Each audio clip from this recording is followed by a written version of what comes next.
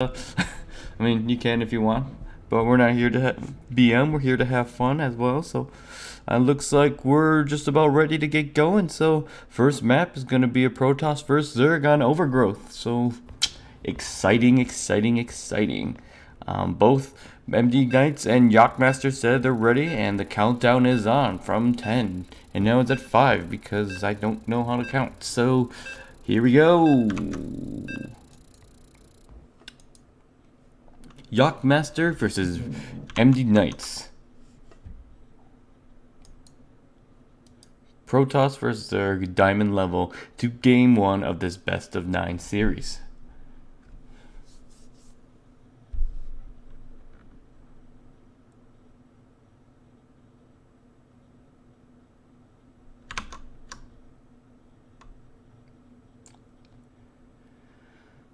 So, we're waiting for the game to load up, and it looks like it has. So, in the bottom left-hand corner, it is our Protoss player representing Team Confederation. It is the one, the only master of the yachts. It is YachtMaster. And in the top right-hand corner of Overgrowth, we have our first player from Rival Gaming. It is our Zerg player, MDK. Or MDKnights.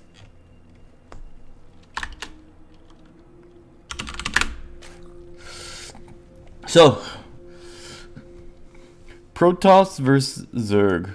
What is there to talk about? Death balls and A move and cries of Imba. That seems to be what's going on, or at least a couple years ago that's what it was, back in the Broodlord Infestor days.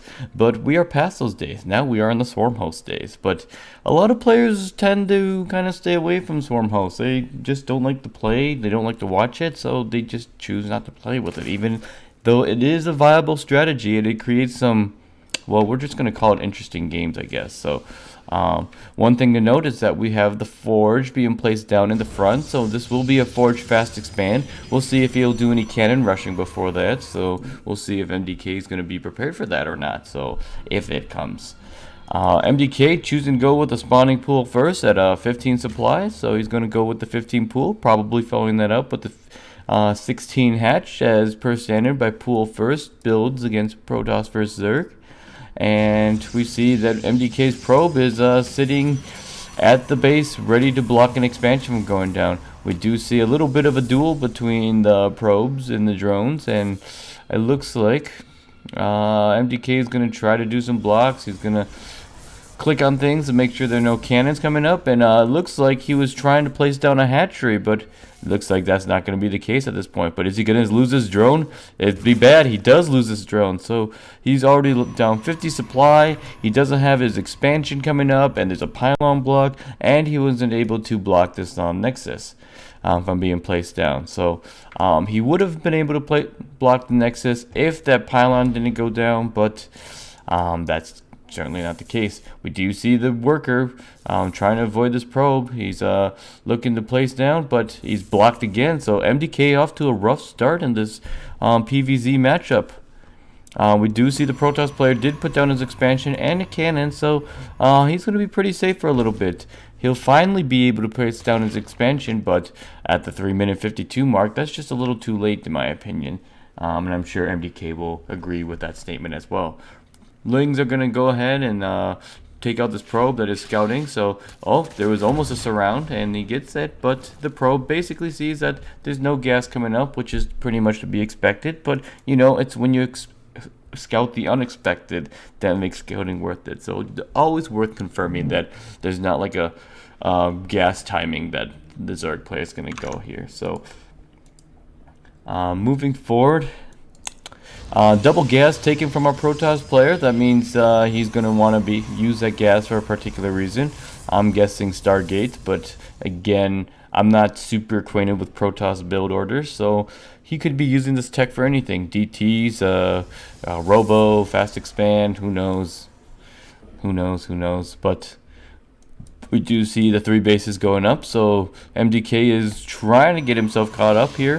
He'll be able to do that based on the way the drones work in the Zerg economy and such, so that's going to take place, but you know, there could be some light gateway pressure with the mothership core coming up if our Protoss player YachtMaster believes it.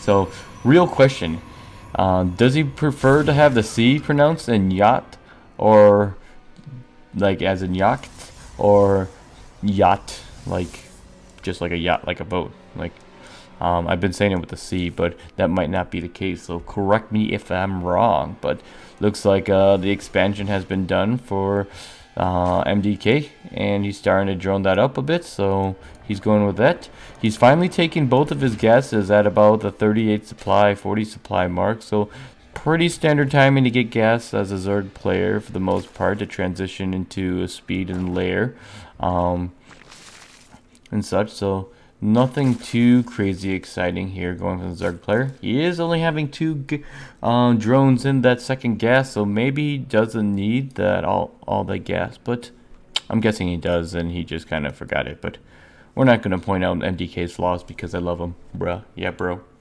But anyways, kidding. MDK's a douchebag. No, but seriously. Yep, he is going to start with the layer first. Going to go ahead and tech up to that tier 2 units and be able to go from there. It's also worth noting that mothership core is out on the map. It's going to go ahead and do a little bit of scouting.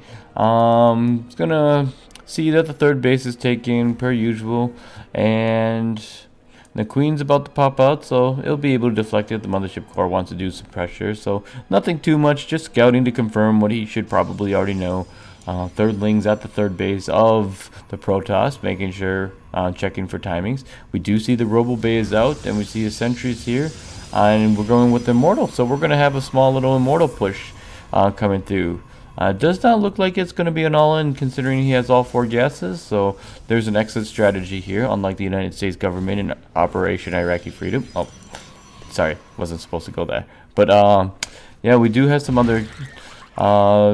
we have some other sentries here. They're just building up energy, and speed's about 2/3 of the way done, it looks like, and roach speed's happening, and we're seeing 9 roaches. So MDK is really familiar with this build, really familiar with going ahead and getting those roaches in time to defeat an Immortal all-in push, and he's kind of scouting for that pylon to go down, and he does see it actually, but his Zerglings choose to ignore it for some reason. I'm not sure why. He's going to be punching himself, but there are the sentries here. Is he going to be able to get a sentry? He does get speed, so the DPS of the Zerglings will be increased, but he does not get it. So more Zerglings or roaches on the way rather, and they're going to go ahead and take out this pylon. So that's going to delay the push out a little bit from our Protoss player, or at least make him so he has to warp his units in farther away. So ton of sentries being built. We have the 2 Immortals right here. By built, I mean warped in. We see another pylon to the left, and the mothership core is going to kind of start tickling these roaches. But these roaches are kind of looking to poise and get some damage done, and so you can't just move out with this Protoss army. Oh, maybe you can, but I wouldn't. He does know that there's not a third base there. He just checked that, so this is pretty much a push that's expected to do a lot of damage, so he can get his third in. So roaches are kind of on their way, and MDK's trying to position his army in a way that's gonna get him the best advantage. He does have a large army supply right now, and he's gonna look to be defending this, but this is a very big push out of gateway units, and those 3 Immortals, they're gonna rip those roaches to shreds. We do see a Spire going down, and there's a +1 for MDK, so yeah. Roach is going to come in. They're going to block that pylon going down. Force fields are going down as well, and the Immortals are just going to do their damage. They're just wrecking these roaches up. So trying to kind of go for the surround, but didn't quite execute that well. So this Protoss Immortal Trains is going to choo-choo its way on in. Parting would even be proud of this NA style Immortal push. And look at that. That's going to be GG for the Confederation. YachtMaster takes game number 1. So pretty straightforward. Zerg player dies to the immortal train. So nothing really to discuss there. Everyone has seen this story since the beginning of Wings. Okay, not the beginning of Wings, but since Parting. Was it Parting or Squirtle that made this famous? I believe one of them was the one that designed. No, it was Squirtle that designed the build, and Parting that kind of like executed it to its maximum potential. That got it, you know, streamlined attention and became part of the meta and everything. So,